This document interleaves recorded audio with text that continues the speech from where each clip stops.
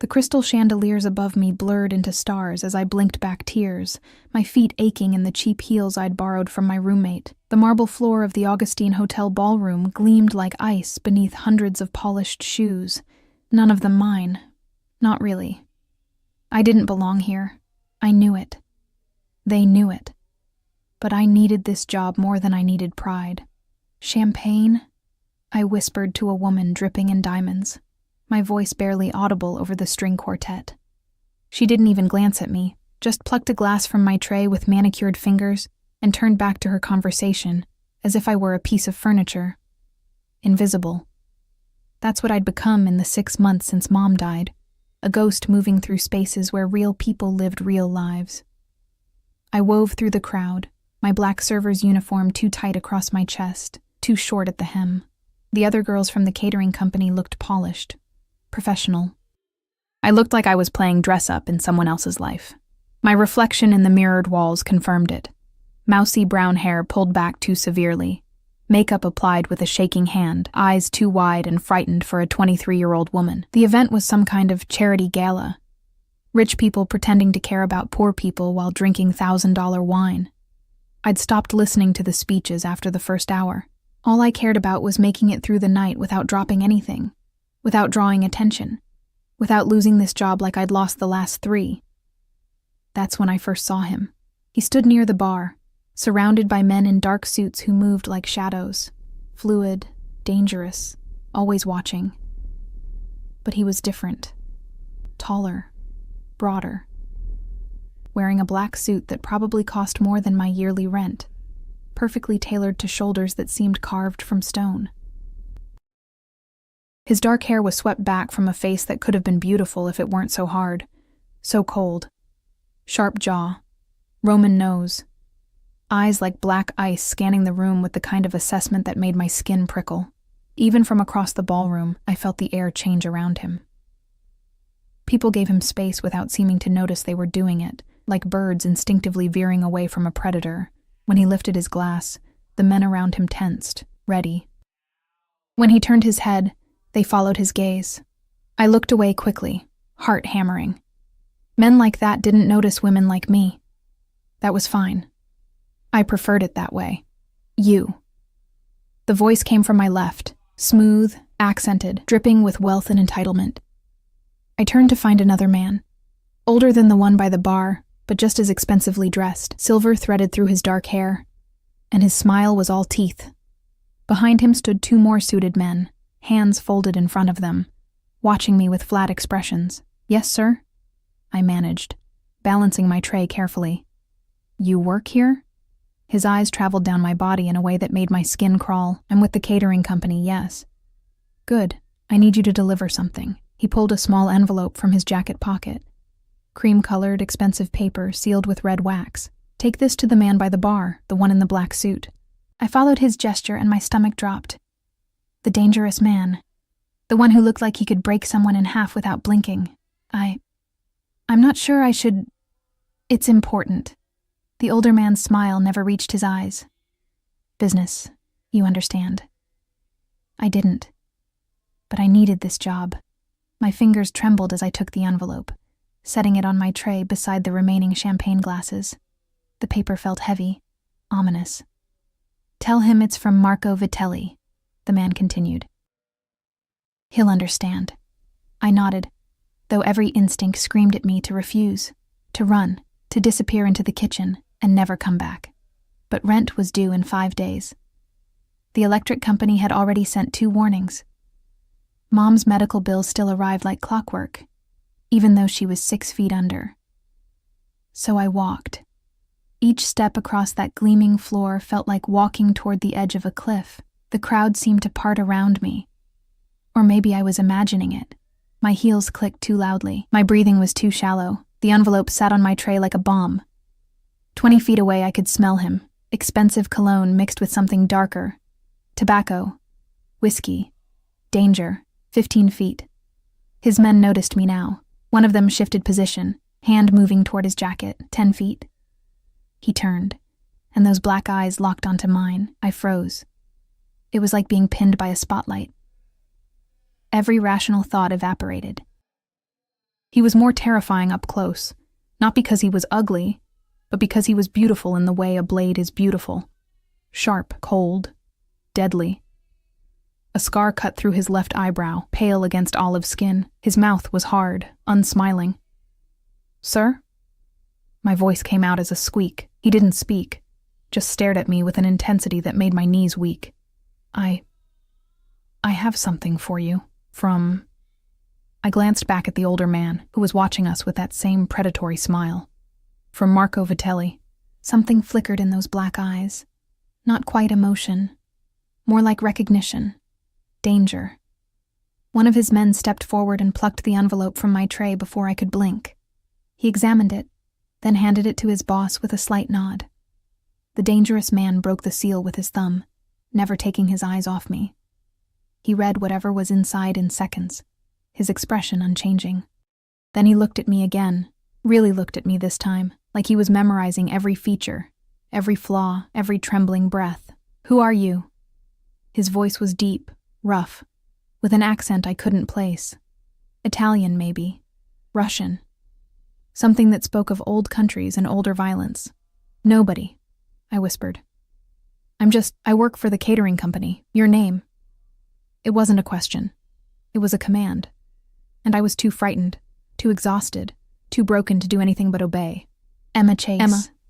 He studied me for another long moment, and I felt naked under that gaze, stripped of every pretense. He saw exactly what I was, a scared girl playing at being an adult, drowning in debt and grief, one missed payment away from disaster. Then he dismissed me with a slight turn of his head. I stumbled backward, nearly dropping my tray. One of his men caught my elbow, steadying me or warning me. I couldn't tell which. Then I was moving through the crowd again, my face burning, my hands shaking so badly the remaining glasses rattled. I made it to the kitchen before my knees gave out. Locked myself in the staff bathroom and pressed my forehead against the cool tile, trying to remember how to breathe. What had I just done? What was in that envelope? Why had Marco Vitelli used me as his messenger? Why had that man looked at me like... I couldn't finish the thought. When I finally emerged, my supervisor was waiting with crossed arms and a disappointed expression I'd seen too many times before. "Emma, we need to talk." My heart sank. "You were specifically requested to serve the VIP section," she said, consulting her tablet. "But several guests complained you seemed distracted, nervous. One said you were shaking so badly you nearly spilled champagne on a $10,000 dress.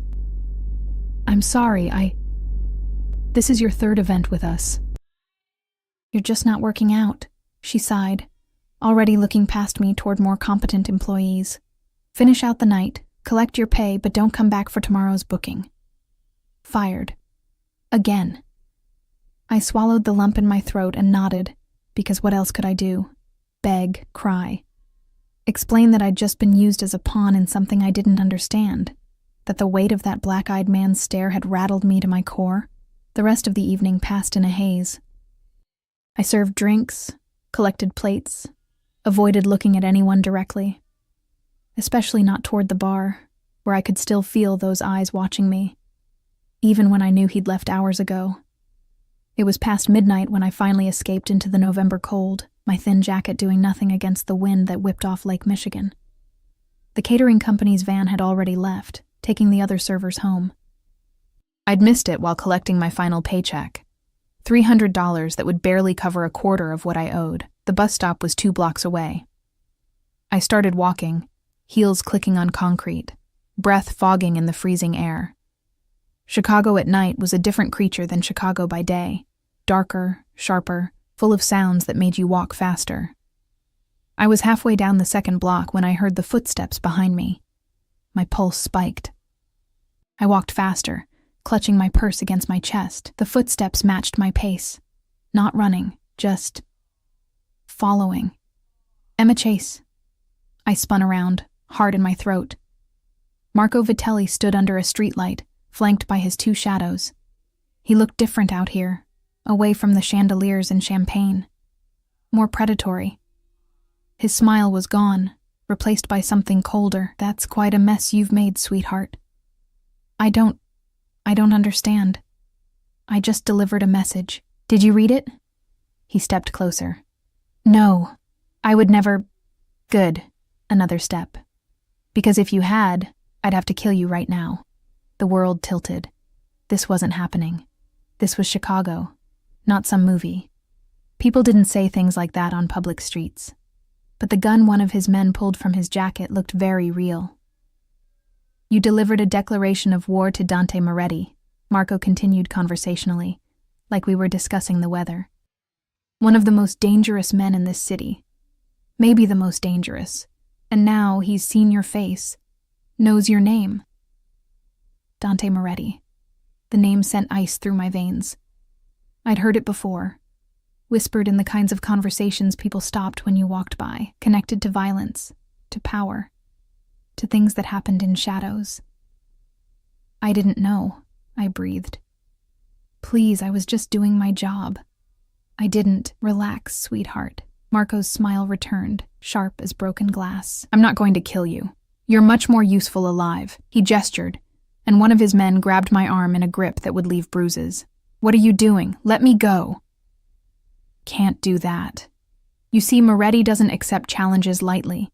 He'll come looking for answers, for leverage. And you. Marco tilted his head, studying me like a bug under glass. You're the perfect bait. I tried to scream, but a hand clamped over my mouth.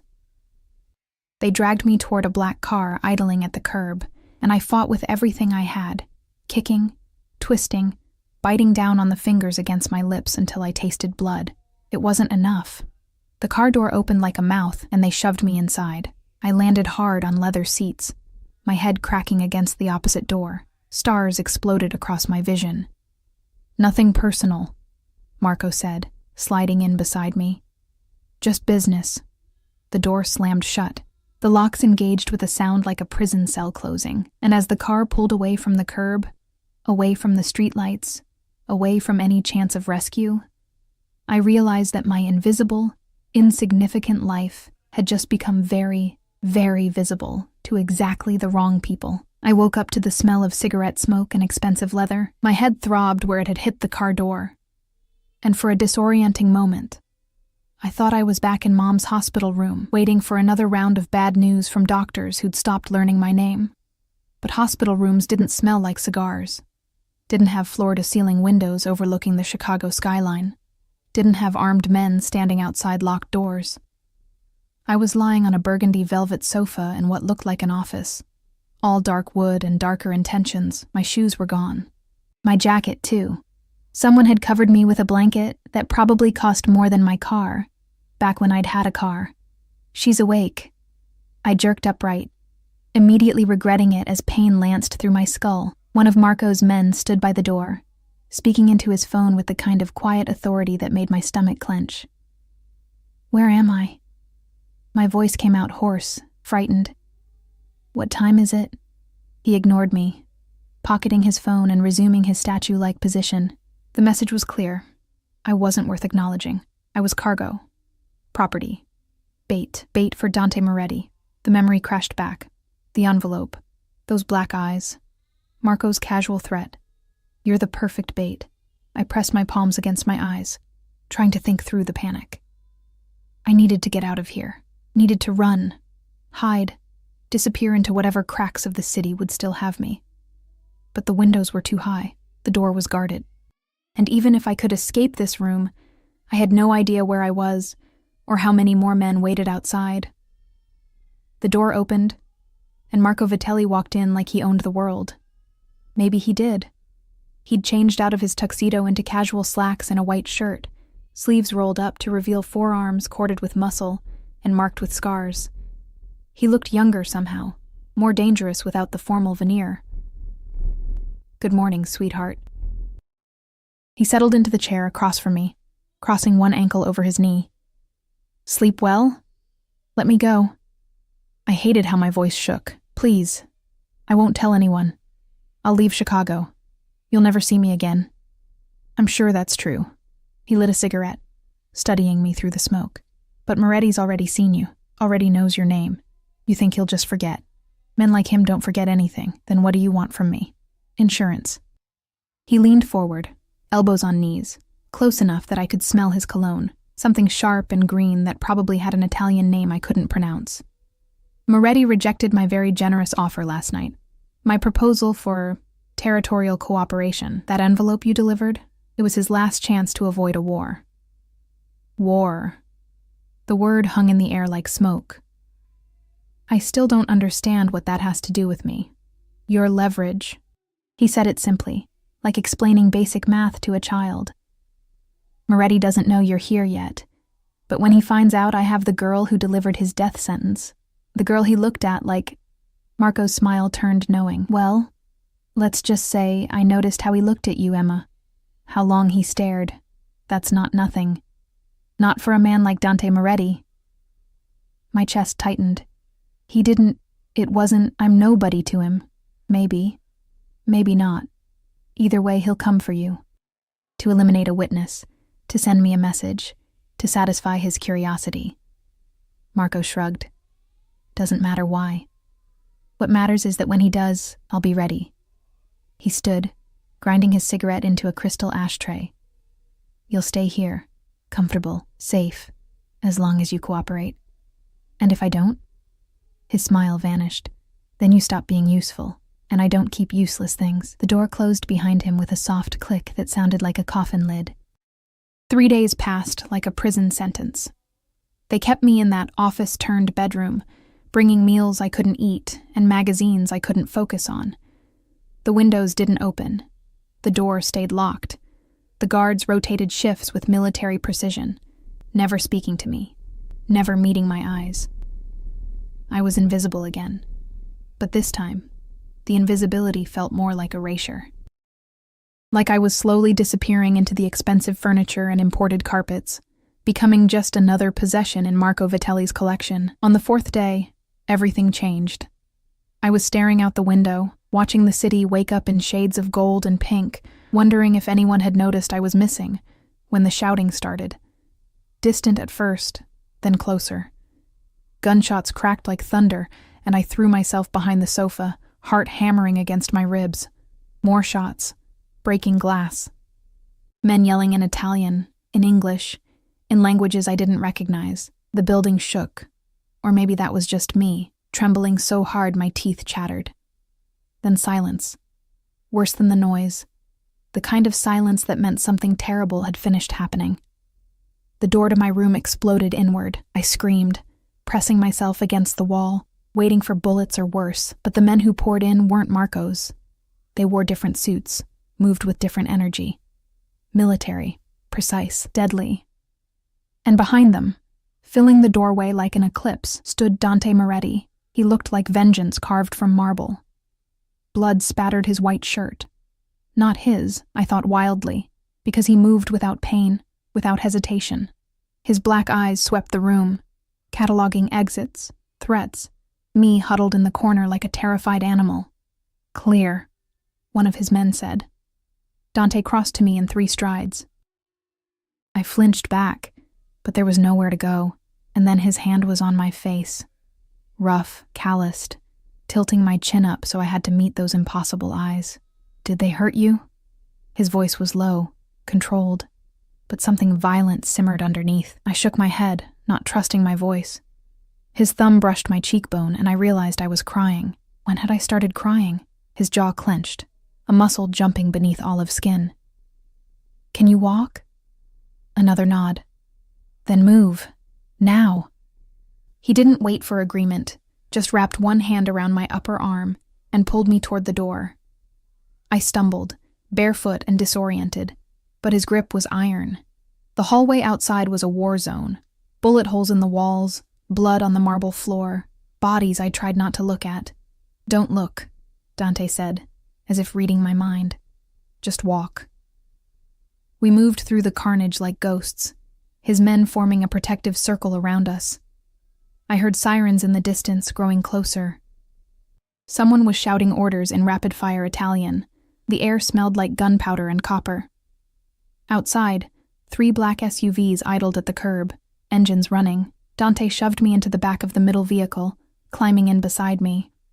His men piled into the other cars, and then we were moving, tires squealing against asphalt, I pressed myself against the opposite door, trying to process what had just happened. Dante Moretti, the most dangerous man in Chicago, according to Marco, had just shot his way into a fortified building to, what? Save me?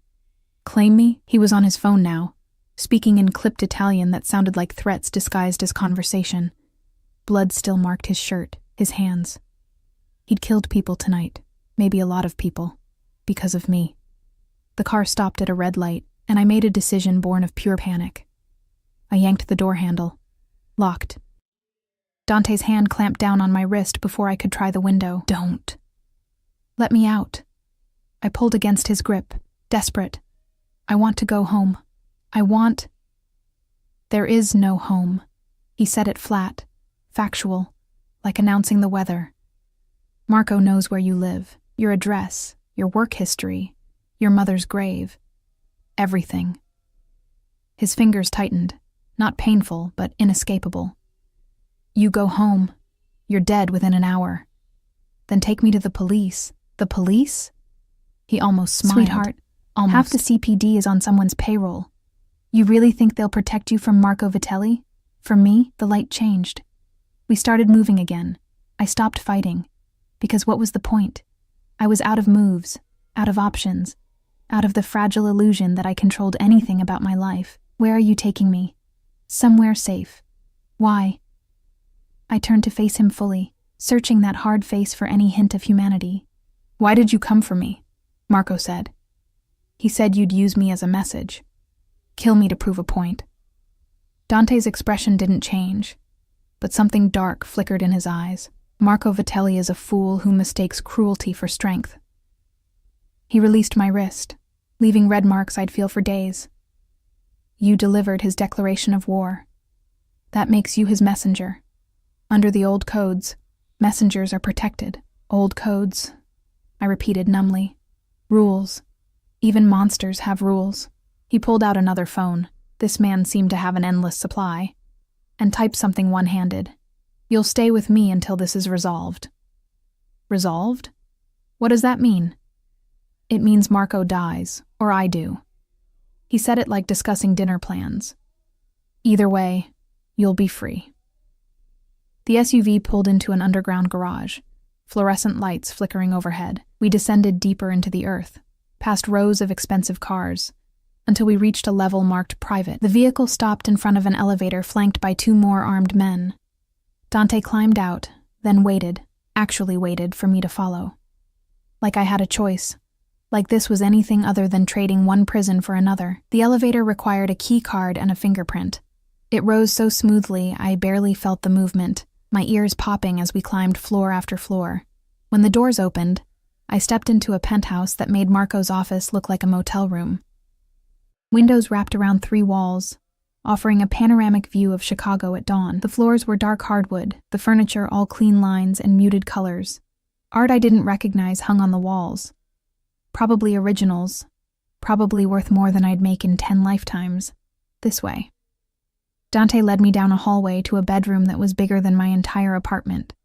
King-sized bed, walk-in closet, bathroom with a tub that could fit 3 people.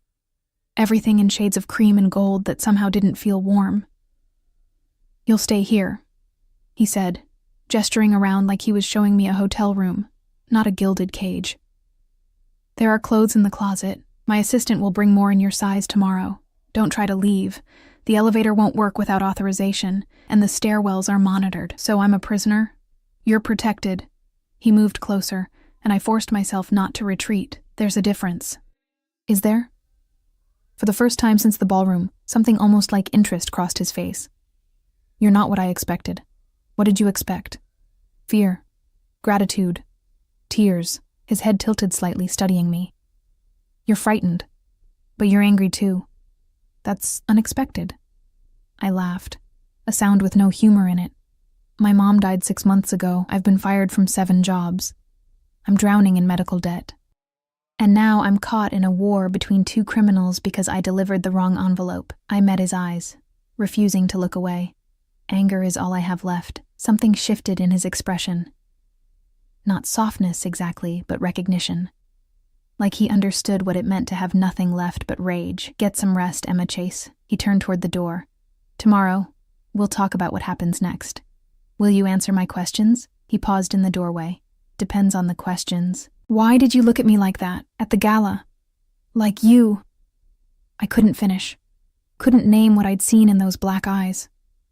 Dante was quiet for so long, I thought he wouldn't answer. Then, "Because you reminded me of someone. Someone I failed to protect." "Who?" But he was already gone, the door closing with a soft click that sounded too much like all the other doors that had closed in my life. Final, absolute, leaving me alone in another beautiful room that felt like a tomb. I sank onto the bed, still wearing my ruined server's uniform, and finally let myself cry, not for what had happened, but for what was coming.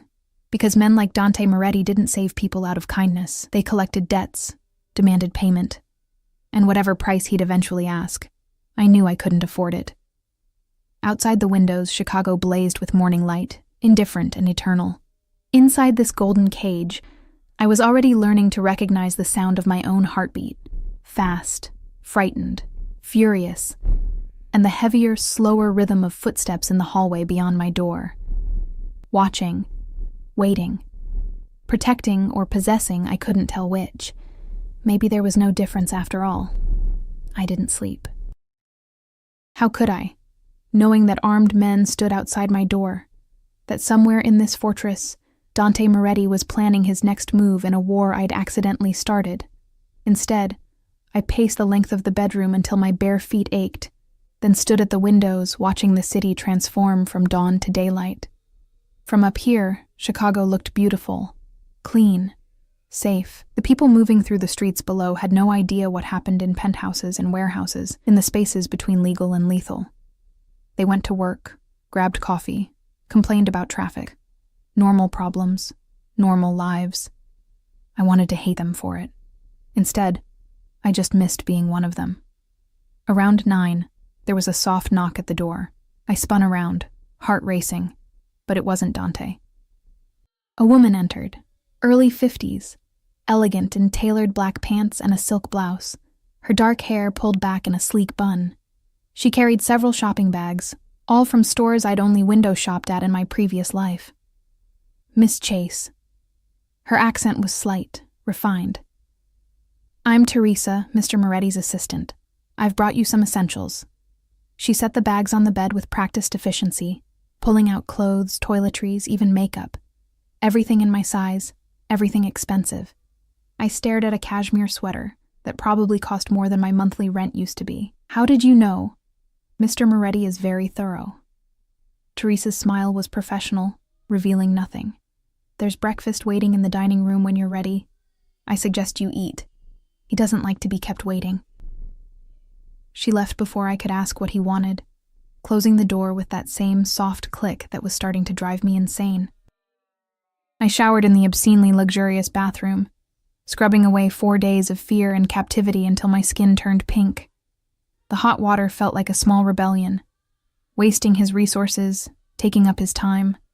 Petty, maybe, but it was all the power I had. The clothes fit perfectly.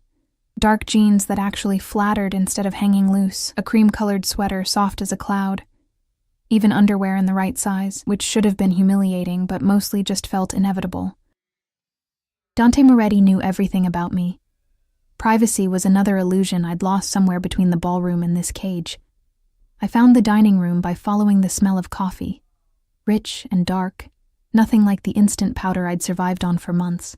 The space was all windows and white marble, dominated by a table that could seat 12. Only 2 places were set. Dante sat at the head, reading something on a tablet, still wearing last night's blood-spattered shirt. He'd rolled the sleeves higher, and I could see more scars on his forearms, some old and faded, some newer, pink and angry. A roadmap of violence. He looked up when I entered, those black eyes tracking my movement across the room. "You slept." It wasn't a question, but I answered anyway. "No." "Smart." He gestured to the chair on his right. "Sit." I wanted to refuse on principle, but the food spread across the table made my stomach growl traitorously. Fresh fruit, pastries, eggs, bacon. More food than I'd seen in one place since Mom got sick, and grocery shopping became a luxury I calculated to the penny. I sat, started filling my plate with shaking hands. "Eat slowly," Dante said, not looking up from his tablet. "You'll make yourself sick." Shame burned through me, but he was right. I forced myself to take small bites, to chew properly, even though everything tasted like heaven, and my body screamed for more, more, more. We ate in silence for several minutes. He seemed content to ignore me, scrolling through what looked like financial reports. Numbers I couldn't decipher, columns that probably represented money I couldn't imagine. This was his world. Power measured in digits, influence bought and sold like commodities. "You have questions," he said finally, setting down the tablet. "Ask." I swallowed a bite of croissant. "Why am I really here? I told you. You told me about old codes and protection." "I don't believe you." I met his eyes, forcing courage I didn't feel. "Men like you don't rescue people out of honor." "So what do you want from me?" His expression didn't change, but something almost like approval flickered across his face. "You're right. Honor is a luxury I can rarely afford." He leaned back in his chair, studying me like I was a puzzle he hadn't quite solved. "The truth? Marco used you to declare war. That makes you a symbol, and symbols have power. I'm not a symbol. I'm a person. In my world, there's no difference." He poured more coffee, the gesture oddly domestic. "Marco thinks he can use you to bait me, to distract me while he consolidates his territory. He's wrong, but as long as he believes it, you're valuable." "Valuable how?" "Alive. You're leverage I hold instead of him. Dead, you're a message that I don't tolerate threats against what's mine." He said it casually, like discussing the weather. "Either way, you matter. That's more than you had before." The words hit like a slap, because he was right. Before the ballroom, before the envelope, I'd been nobody. Invisible. Disposable. At least now I mattered enough to keep alive. "What happened to the person I reminded you of?" I asked quietly. "The one you failed to protect." Dante's jaw tightened. For a long moment I thought he wouldn't answer. Then, "My sister, Juliana." He said her name like a prayer. "She was 19. Beautiful." His fingers wrapped around his coffee cup hard enough that I heard the ceramic creak. "A rival family took her, used her to get to my father. By the time we found her, he didn't finish. Didn't need to." "I'm sorry," I whispered. "Don't be." He looked at me with eyes gone flat and cold. "I killed every single one of them, burned their territory to ash. That was 15 years ago, and people still whisper about it." A terrible smile ghosted across his mouth. "That's what happens when you take something that belongs to me." The implicit threat hung in the air. I was something that belonged to him now. Marco had taken me, and Dante had taken me back. Possession wrapped in the language of protection. "I want to go home," I said, hating how my voice broke. "I know." He stood, buttoning his shirt cuffs with precise movements. "But want and have are different things. You'll learn that here." "How long?" "Until Marco is dead, or until he stops looking for you." Dante moved toward the door, then paused. "There are rules while you're under my protection. Don't leave the penthouse. Don't contact anyone from your old life. Don't test the security." He turned to face me fully. "And don't mistake my protection for kindness, Emma. I'm not a good man. I'm just the better option than Marco Vitelli." "That's not saying much." "No," he agreed. "It's not." He left, and I was alone again with the remains of breakfast and the weight of my new reality. Days blurred into a week, then 2. I existed in a strange limbo, comfortable but captive, safe but suffocating. Teresa brought me books, clothes, anything I asked for except freedom. The penthouse became my entire world, 50 floors above the city, but might as well have been a different planet. Dante was often gone, disappearing for hours or days at a time. When he was here, he mostly ignored me, working in his office or taking calls in Italian that sounded like threats wrapped in silk. But sometimes, late at night, I'd find him in the living room, staring out at the city with a glass of whiskey and an expression that looked almost human. I learned his routines. Coffee at 6, black and bitter. Calls to his various lieutenants throughout the morning. Gym at noon. I could hear the rhythmic thud of fists against a heavy bag somewhere in the penthouse. More calls. More meetings. Dinner at 8 when he was home, always perfectly prepared by a chef I never saw. And he learned mine. How I curled up in the window seat with books I couldn't focus on. How I avoided mirrors because seeing myself in borrowed clothes in a borrowed life made everything worse. How I woke up at 3 a.m. from nightmares about gunfire and blood, gasping in the dark. The third time I woke up screaming, he appeared in my doorway like a shadow made solid. Nightmare? He leaned against the doorframe, wearing only pajama pants, his torso a canvas of more scars and ink I'd only glimpsed before. I pulled the blanket up to my chin, suddenly aware I was wearing only a tank top and shorts. I'm fine. You're not. He crossed to the bed, moving with that predatory grace that made my pulse spike. You haven't been fine since the ballroom. Whose fault is that? Mine, Marco's, your own, for being in the wrong place. He sat on the edge of the mattress, close enough that I could smell his cologne, the same scent from that first night, now familiar in a way that felt dangerous. Blame doesn't change the situation. Then what does? Time. Adaptation. His eyes found mine in the darkness. Acceptance. You want me to accept this? Accept being your prisoner? I want you to stop fighting what you can't change. His hand reached out, and I flinched. But he just tucked a strand of hair behind my ear, the gesture almost gentle. You're exhausting yourself. And for what? Tears burned behind my eyes. I had a life. It wasn't much, but it was mine. That life is gone, Emma. Mourn it if you need to, then move forward. Forward to what? I demanded. What happens when Marco's dead? Do you just let me go? Put me back in my shitty apartment with my shitty jobs and pretend none of this happened? Dante's expression shifted into something I couldn't read. Is that what you want? I want to not be a pawn in your war. I want to matter because I'm a person, not because I'm useful. The words came out harsh, raw. I want someone to see me as more than leverage, or a symbol, or a fucking mistake. I see you. The words hung between us, weighted with meaning I didn't dare examine. His hand was still in my hair, thumb brushing my temple in a rhythm that matched my racing heartbeat. You see a problem to solve, I whispered. Maybe at first.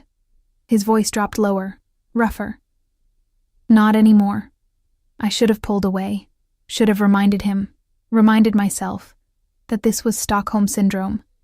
That captivity bred false intimacy, that he was a monster who'd killed for less than looking at him wrong, but I didn't move. Couldn't move. Because for the first time in 6 months, someone was really looking at me, not through me, not past me, at me. This is a mistake, I breathed.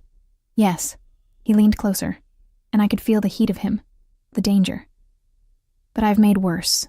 His phone buzzed, then again. Then started ringing with an urgency that shattered the moment like glass. Dante pulled back, his expression shuddering. He checked the screen, and something dark crossed his face. Get dressed. Now. What's wrong? Marco knows you're here. He was already moving toward the door. All business again. He's making a move tonight. You need to be ready. Ready for what? He paused in the doorway, backlit by the hallway light, looking every inch the dangerous man he was. For war, Emma. The kind you can't hide from anymore. Then he was gone, shouting orders in Italian, and the penthouse exploded into controlled chaos. Men I'd never seen before materialized from nowhere, checking weapons, coordinating positions. The safe haven I'd grown reluctantly accustomed to transformed into a fortress under siege. I dressed with shaking hands, jeans, boots, the warmest sweater I had. If we had to run, I wanted to be ready. If we had to fight, no. I couldn't think about that. Teresa appeared, pressing something cold and heavy into my hands. A phone. What? Memorize this number. She pointed to a contact labeled simply D. If you get separated from Mr. Moretti, you call this, only this. Understand? I nodded, pocketing the phone. Good girl. She squeezed my shoulder once, the first real warmth anyone had shown me in this place. Stay close to him.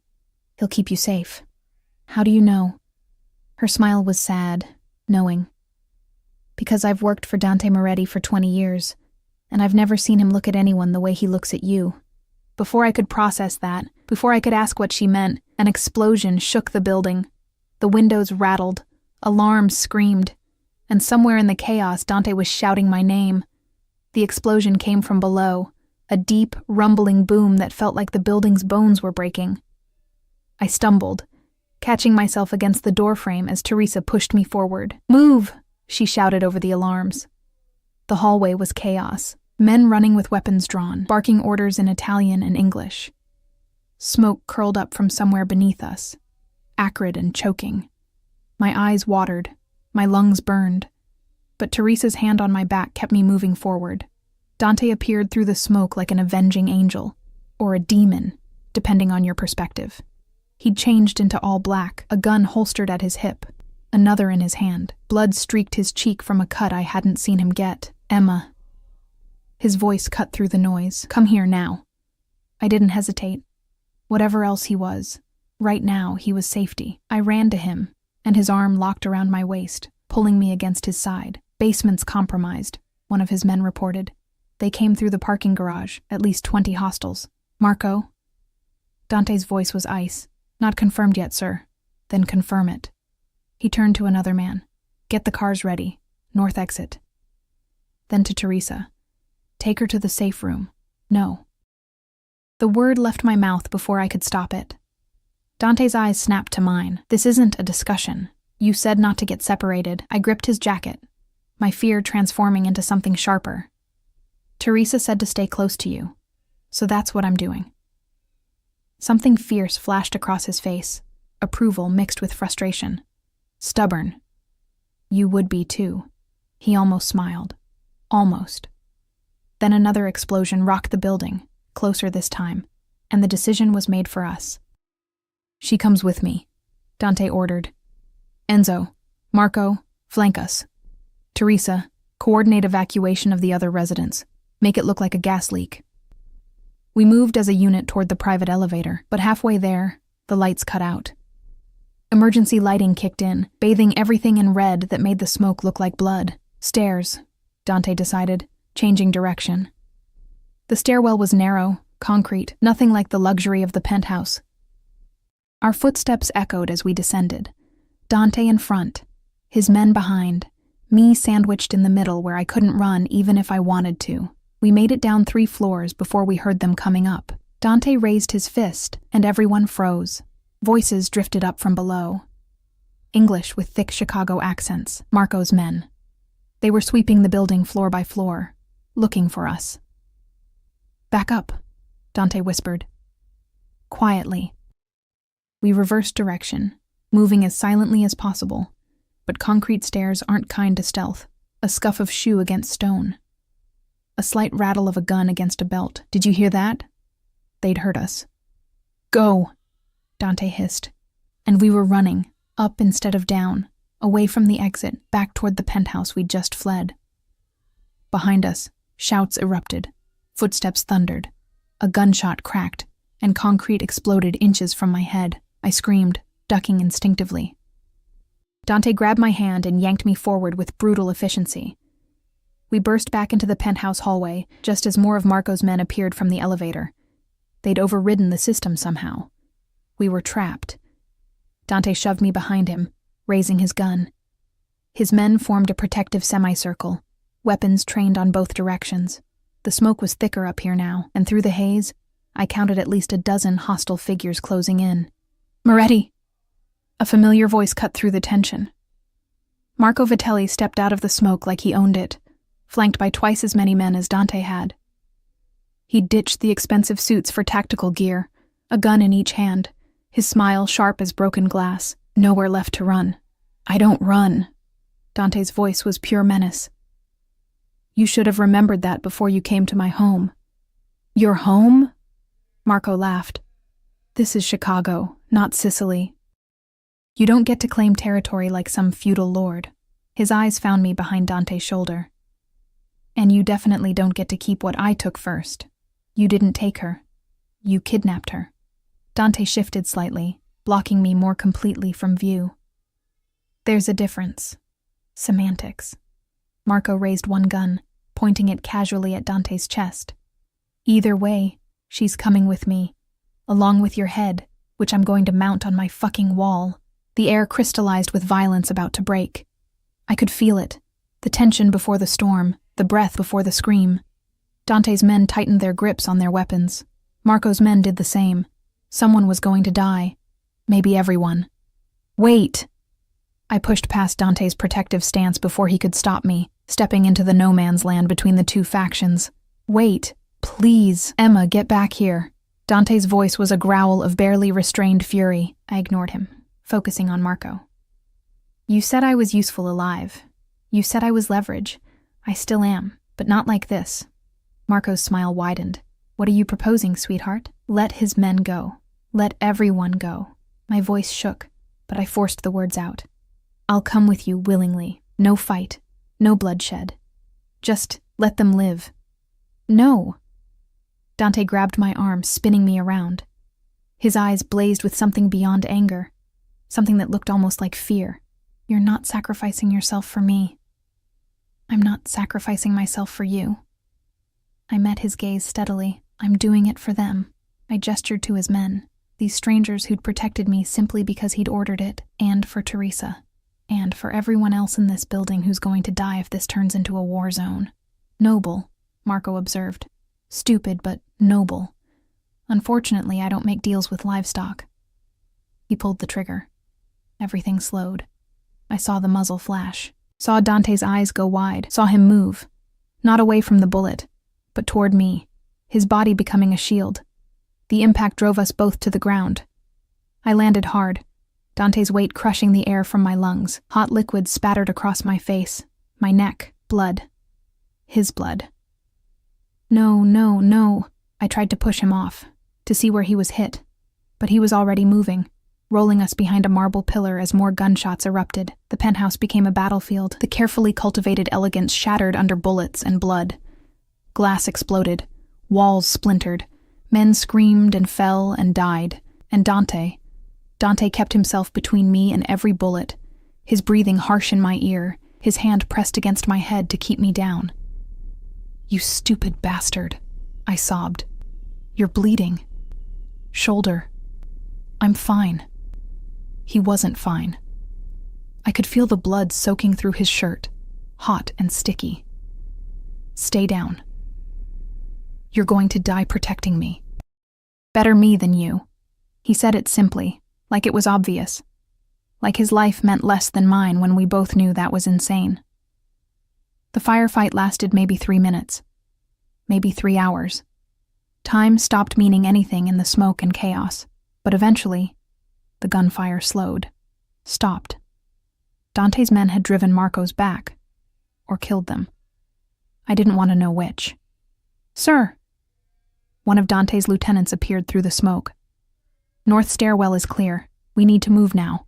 Dante tried to stand, swayed, and I caught him before he fell. For the first time, I saw genuine pain cross his face.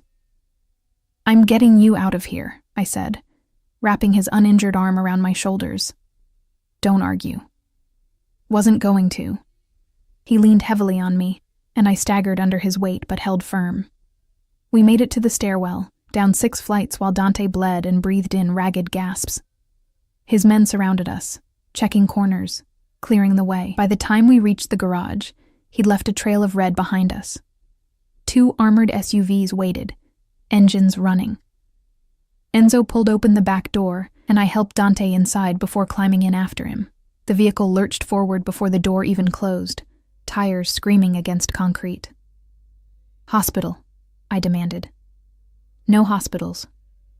Dante's eyes were half closed, his face pale beneath olive skin. Marco owns half the doctors in this city. Then where? Safe house, 20 minutes. He leaned his head back against the seat, breath coming shallow. I've survived worse. I grabbed his face, forcing him to look at me. Don't you dare die on me, not after everything. His hand covered mine, blood slick and trembling. Worried about me, Emma? Yes, you idiot. Tears streamed down my face. Yes. Good. His thumb brushed my cheek, smearing his blood across my skin. That's good. His eyes closed. Dante. I shook him, panic clawing through me. Dante, stay awake. Still here. But his voice was fading, his grip on my hand loosening. Just tired. Drive faster, I screamed at Enzo. The city blurred past the windows. Red lights, we ran them. Traffic, we forced through it. Every second felt like an eternity while Dante's breathing got shallower, his skin colder. I'd watched my mother die over months of slow deterioration. This was different. Sharp, immediate, terrifying in its speed. I pressed my hands against his shoulder wound, trying to slow the bleeding, but it seeped through my fingers like his life was draining away, and I couldn't stop it. You don't get to die, I told him fiercely. You hear me? You saved me. Multiple times. You protected me when you didn't have to. You looked at me like I was real, like I mattered. You don't get to do all that and then just die. His eyes cracked open, focusing on me with effort. Emma, save your strength. No, listen. He coughed, and blood flecked his lips. If I don't make it, you're making it. Teresa has instructions, money, new identity. You disappear somewhere Marco will never find you. I don't want your money. I want you to shut up and breathe. He almost smiled. Bossy. You made me that way. The SUV screeched to a stop in front of a nondescript building in a neighborhood I didn't recognize. Men poured out. More of Dante's people, including a woman with a medical bag who took one look at him and started barking orders. They carried him inside, up to a third-floor apartment that had been converted into a makeshift surgical suite. I tried to follow, but someone held me back. Let the doctor work, Enzo said gently. You'll just be in the way. You need to clean up and let her save his life. He guided me to a bathroom, pressed a towel into my shaking hands. He'll be okay. The boss is too stubborn to die. I stared at my reflection in the mirror. Blood everywhere, in my hair, on my face, soaking my sweater. Dante's blood. The man who'd kidnapped me, imprisoned me, and then thrown himself in front of a bullet meant for me. The man who'd looked at me like I was more than invisible. More than a problem. More than leverage in a war, like I was someone worth dying for. I cleaned up mechanically, washing away the blood, changing into clothes someone provided. Then I sat in the hallway outside the surgical room, knees pulled to my chest, and waited. Hours passed. The doctor emerged twice for supplies, her expression grim but focused. Enzo brought me coffee I didn't drink. Teresa arrived, took one look at me, and sat down beside me without a word. He'll be fine, she said finally. I've seen him survive much worse. He took a bullet for me. Of course he did. She said it like it was obvious. You matter to him. I'm nobody. Not to him. Teresa's hand found mine, squeezed. Dante Moretti doesn't protect just anyone, Emma. He doesn't let just anyone close. Since Juliana died, he's kept everyone at a distance. Until you. I don't understand why. Neither does he, I think. But it doesn't make it less real. The surgical room door opened. The doctor stepped out, peeling off bloody gloves, exhaustion etched into every line of her face. He's stable, she announced, and I could breathe again. The bullet missed the major arteries, but he lost a lot of blood. He'll need rest. Lots of it. Can I see him? She hesitated, then nodded. 5 minutes. He's sedated, but he's been asking for you. I stood on shaking legs and entered the room. Dante lay on a hospital bed that looked too small for his frame, bandages wrapped around his bare shoulder and chest, an IV in his arm. His eyes were closed, his face peaceful in a way I'd never seen while he was conscious. I pulled a chair close to the bed and took his hand. The one without the IV. His fingers twitched, then tightened around mine. Emma. My name was barely a whisper. I'm here. His eyes opened, unfocused from the drugs, but finding me anyway. You're safe. Because of you. I brushed hair back from his forehead, the gesture intimate in a way that should have scared me. You almost died protecting me. Worth it. His thumb moved against my palm, a slow caress. You matter, Emma. Don't you understand? You matter. So do you, I whispered. He smiled. A real smile. Soft and almost boyish, nothing like the hard man who ruled through fear. Dangerous words. You've been dangerous from the moment I met you. True. His eyes were closing again, the sedation pulling him under. Stay. Please. I'm not going anywhere. Promise. I promise. He fell asleep with his hand still wrapped around mine, and I sat there in the quiet aftermath of violence, watching him breathe, feeling the steady beat of his pulse against my fingers. Somewhere in the city, Marco Vitelli was planning his next move. Somewhere, the war was still raging. But in this room, in this moment, there was only the two of us, a Mafia boss and the woman he'd saved, connected by something neither of us could name, but both of us could feel. And for the first time since my mother died, I didn't feel invisible. I felt seen, protected, wanted. Dangerous feelings for a dangerous man.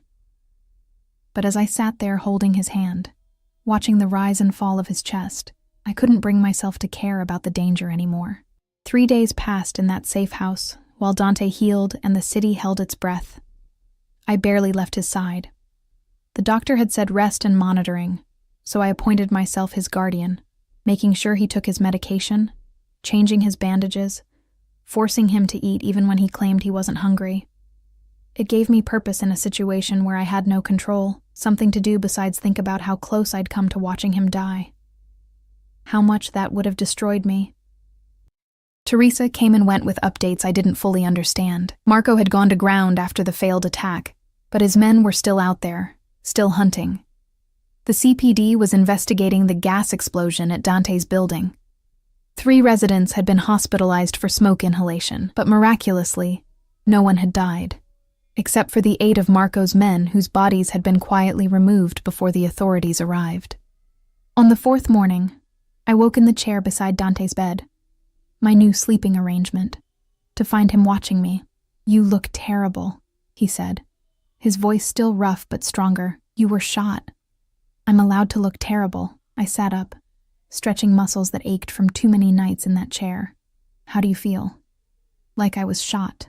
He shifted, wincing, but alive. Thanks to you. Thanks to your doctor. I just sat here. You stayed. His hand found mine on the blanket. That's not nothing. We'd been doing this dance for days. These moments of startling honesty followed by retreat into safer territory. But something had shifted after the attack. The walls between captor and captive had crumbled, leaving something rawer, more real, more dangerous. Dante, I started, then stopped, unsure how to voice what I'd been thinking for 72 hours straight. Why did you do it? Really? You could have let Marco shoot me. It would have ended everything. No. His grip tightened on my hand. It would have started something far worse. I don't understand. He was quiet for a long moment, his thumb tracing circles on my palm. When Juliana died, I swore I'd never let anyone close again. Never care about anyone who could be used against me. It's worked for 15 years. His eyes met mine, and I saw something vulnerable there. Something that looked like fear. Then you walked into that ballroom, all terrified courage and invisible anger, and I couldn't look away. My breath caught. I told myself it was just recognition. You reminded me of her. Same age, same fragility wrapped around hidden strength. But it wasn't that. He pulled my hand to his chest, right over his heart. I could feel it beating, strong and steady beneath bandages and damaged skin. It was you, Emma. Just you. I'm nobody, I whispered. But the words felt hollow now. You keep saying that. Keep believing it. He sat up with effort, ignoring my protest, until we were face to face. But you're wrong. You delivered a declaration of war to the most dangerous man in Chicago without flinching. You offered yourself to Marco to save my men. You stayed by my side through a firefight when you could have run. You held my hand while I bled and told me I didn't get to die. His free hand cupped my face, rough and gentle. That's not nobody, Emma. That's someone extraordinary who's been told she's worthless for so long she started to believe it. Tears spilled down my cheeks. I don't know how to be extraordinary. You already are. He leaned closer, and I could smell him. Antiseptic and blood and that cologne that had become synonymous with safety. The question is whether you'll let yourself believe it, and if I do, my voice broke. What then? You're still a Mafia boss. I'm still the girl who got caught in your war. We're still impossible. Maybe. His forehead touched mine, and I felt the tremor in his breath. Or maybe impossible is just another challenge to overcome. That's insane. Most of my life is insane. He smiled, and it transformed his face into something almost boyish. What's one more impossibility? I should have pulled away. Should have reminded us both about Stockholm Syndrome and power imbalances, and all the very good reasons why falling for your captor was a terrible idea. Instead, I kissed him. It was soft at first, tentative, testing. His lips were warm despite the pallor of blood loss, and he tasted like the coffee I'd forced on him an hour ago. For a heartbeat, he froze, surprised, then his hand slid into my hair, and he kissed me back like I was air, and he'd been drowning. The kiss deepened, became something desperate and hungry. Weeks of tension, of fear, of denying what had been building between us exploded into this moment. His good arm wrapped around my waist, pulling me closer despite his injuries. I tried to be careful, tried not to hurt him, but he made a sound low in his throat that had nothing to do with pain. Emma. My name was a prayer on his lips. If we do this, there's no going back. I don't want to go back. I kissed him again, tasting the truth in my own words. I don't want to be invisible anymore. I don't want to be afraid. I just want... What? His hand cradled my face like I was something precious. What do you want? You. The admission felt like jumping off a cliff. I want you. Even though it's crazy, even though you're dangerous and impossible and I should run as far and fast as I can, I want you. His smile was pure male satisfaction. Then you have me. A knock on the door shattered the moment. We pulled apart as Enzo entered, his expression grim. Boss, we have a problem. Dante's demeanor shifted instantly, from tender to terrifying in a heartbeat. What kind of problem? Marco. He's requested a sit-down. Neutral territory. Says he wants to negotiate terms. It's a trap. I said it before thinking, but Dante nodded. Of course it's a trap. The question is what kind. He turned to Enzo. When and where? Tonight. Millennium Park. Says to bring the girl or there's no deal. My stomach dropped. He wants to trade me. He wants to kill me and take you. Dante's voice was ice. Standard play. We meet, he ambushes us, eliminates the competition, so we don't go. I gripped his hand. We stay here. We wait him out, and he burns down half the city looking for us. Dante shook his head. No. This ends tonight, one way or another. You're not well enough. I'm well enough to end this. He stood, swaying only slightly, and started pulling on clothes with grim determination. Enzo. Gather everyone. Full tactical.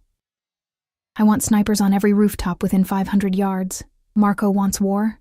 I'll give him one he can't survive. Dante, please. I caught his arm, desperation making me bold. Don't do this. Not for me. He turned, cupping my face in both hands. Especially for you. Marco took you once, terrorized you, nearly killed you in my own home. That debt gets paid, Emma, in blood. And if you die paying it, then you disappear. New name, new life, far from Chicago. Teresa has everything arranged. He kissed my forehead, gentle despite the violence in his eyes. But I'm not planning to die. I'm planning to win. Millennium Park at night was beautiful and eerie. The bean sculpture reflecting distorted lights, empty pavilions echoing with the sound of our footsteps. The city sparkled around us, oblivious to the showdown about to happen in its heart. Dante had insisted I wear a bulletproof vest under my coat. I'd insisted on coming at all, despite his protests. We'd compromised by surrounding me with 6 of his most trusted men, each armed and ready for Marco's inevitable betrayal. We met at Cloudgate, the Bean, where the metal surface reflected an army of Dante's men positioned throughout the park. I counted at least 20, probably more I couldn't see, snipers on rooftops, just like he'd promised. This wasn't a negotiation, it was a declaration. Marco arrived 15 minutes late.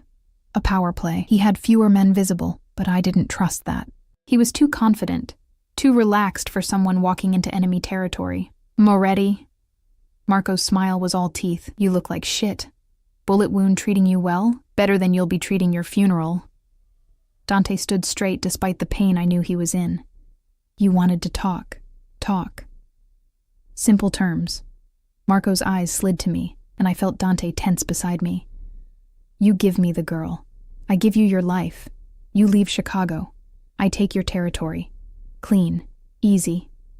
Counter-proposal. Dante's voice was dead calm. You leave Chicago in the next 6 hours or I kill you and everyone you've ever loved. Clean. Easy. Marco laughed. You don't have the numbers for that anymore. I've been recruiting while you've been playing nurse to your little pet. Numbers don't mean much when you have the right leverage. Dante pulled out his phone, tapped something, and turned the screen to face Marco. The color drained from Marco's face. I couldn't see what was on the screen, but Marco's reaction told me everything. You're bluffing. Am I? Dante pocketed the phone. Your daughter. Maria, isn't it? 17. Safe at that private school in Connecticut, except she's not there anymore, is she? My men picked her up 3 hours ago. She's comfortable, unharmed, watching movies in a secure location. His smile was a blade, exactly like you did with Emma. Except Emma was innocent. Your daughter? She's leverage. Just like you taught me. You son of a bitch. Marco's hand moved toward his gun. 20 red dots appeared on his chest, laser sights from snipers I couldn't see. I wouldn't. Dante's voice dropped to a lethal purr. I've got 50 men in this park, Marco, all of them ready to end you. The only reason you're still breathing is because I'm giving you a choice. What choice? Leave, tonight. Take your men, leave Chicago, and never come back. Do that, and your daughter goes home safe tomorrow morning. Dante stepped closer, and I saw Marco actually flinch. Or stay, and find out what happens when you take something that belongs to me. The air crystallized with tension. Marco's men shifted nervously.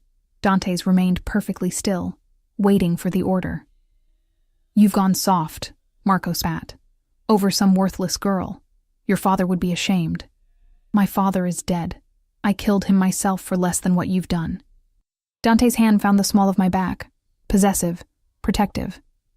And Emma isn't worthless. She's mine. That makes her the most valuable thing in this city. Something in Marco's expression crumbled. He'd lost, and he knew it. The bluff, the bravado, the attempted power play, all of it meaningless against Dante's absolute certainty. 6 hours, Marco said finally, defeated. 4. I'm feeling generous. Dante's smile was cold. And Marco? If I ever see you again, if I ever hear you're within 100 miles of Chicago, your daughter dies slow. Understood? Marco nodded once, sharp and bitter, then turned and walked away. His men followed, their guns lowering, their shoulders slumped. We'd won. I waited until they were out of sight before I let myself breathe. Did you really kidnap his daughter? Of course not.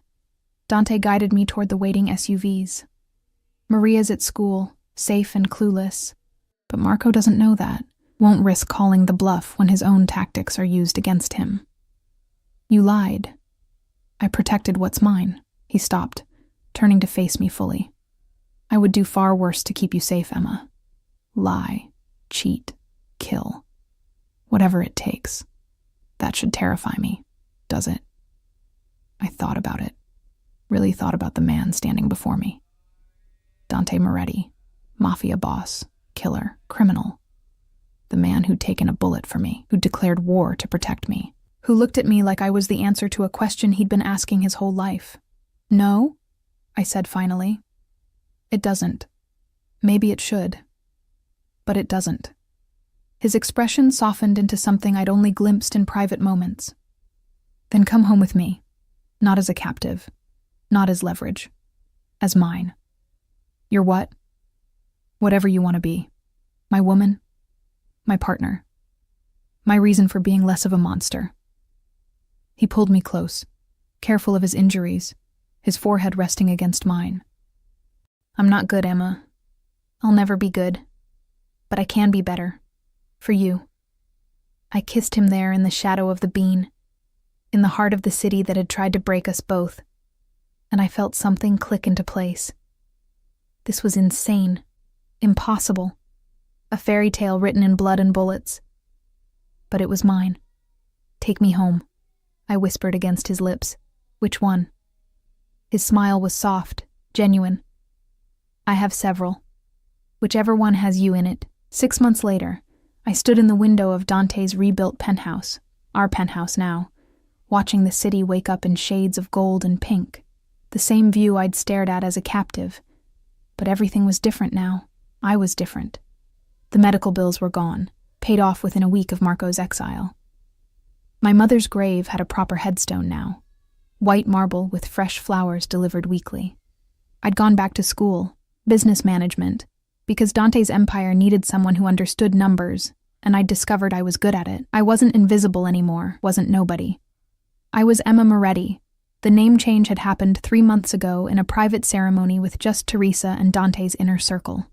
Not a traditional wedding, but then nothing about us was traditional. Arms wrapped around my waist from behind, and I leaned back into Dante's warmth. His shoulder had healed, leaving another scar to add to his collection. He wore them like medals, proof of survival. "Morning," he rumbled against my neck. "Morning." I turned in his embrace, studying his face in the early light. Still hard, still dangerous, but softer around the edges when he looked at me. "Teresa called. She needs us at the office by 10. We have time." His hand slid under my silk robe, one of dozens he'd bought me, each more expensive than the last. "I can think of better ways to spend the morning than spreadsheets," I laughed, swatting his chest. "You're insatiable. Only for you." He kissed me slow and deep, and I felt the truth of it in every touch. Dante Moretti loved me, fiercely, possessively, absolutely. And I loved him the same way, despite everything logic said about Stockholm Syndrome and power imbalances. Some loves were too big for logic. The news played on the TV in the background. Something about a major gang bust in New York. Arrests made. Territory seized.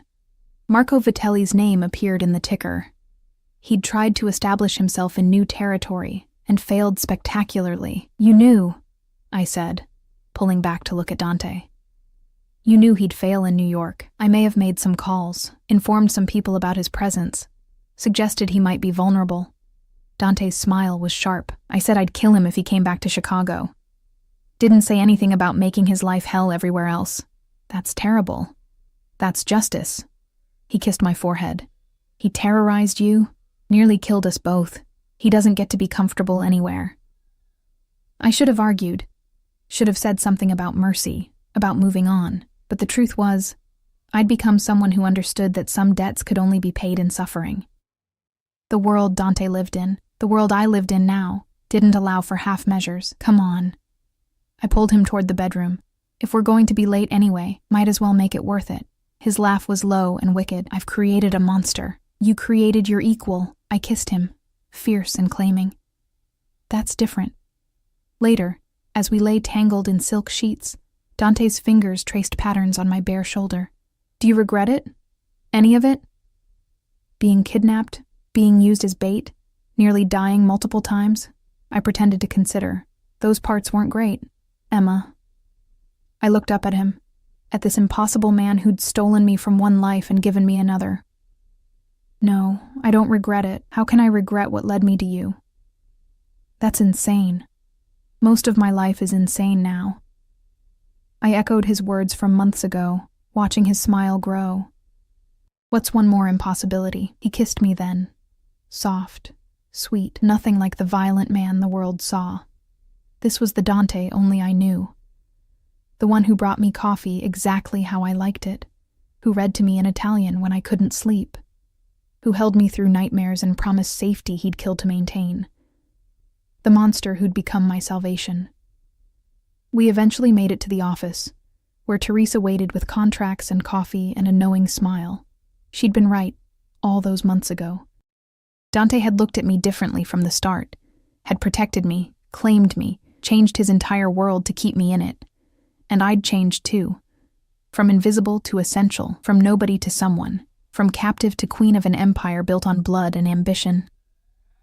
That night, standing on the balcony of our penthouse with Dante's arms around me, and the city sprawling beneath us like a kingdom, I thought about the girl I'd been, the one serving champagne at the Augustine Hotel. Desperate and drowning and invisible. She wouldn't recognize the woman I'd become. But she would understand the choice I'd made. Because sometimes salvation comes from the darkest places. Sometimes the monster is the hero. And sometimes love blooms in the space between danger and desire, impossible and inevitable all at once. "What are you thinking?" Dante asked, his chin resting on my shoulder. "That I'm happy." The truth of it surprised me. After everything, Mom dying, losing jobs, being kidnapped, shot at, nearly killed, I'm actually happy. Good. His arms tightened. "Because you're stuck with me now. No escape, no freedom, just this." "Just this," I agreed, turning to kiss him as the city lights blazed around us. And in the distance, sirens wailed, the soundtrack of Chicago, of danger, of the life I'd chosen. But up here, in Dante's arms, in our fortress above the city, I was safe. I was seen. I was loved. The Mafia boss had rejected me once, in that moment when he could have claimed me at the ballroom. Had let Marco take me first, but he'd come for me anyway, saved me, changed me, made me his in every way that mattered, and I'd claimed him right back, the monster, the protector, the impossible man who'd taught me that being nobody was a choice, not a destiny. I chose to be somebody. I chose him.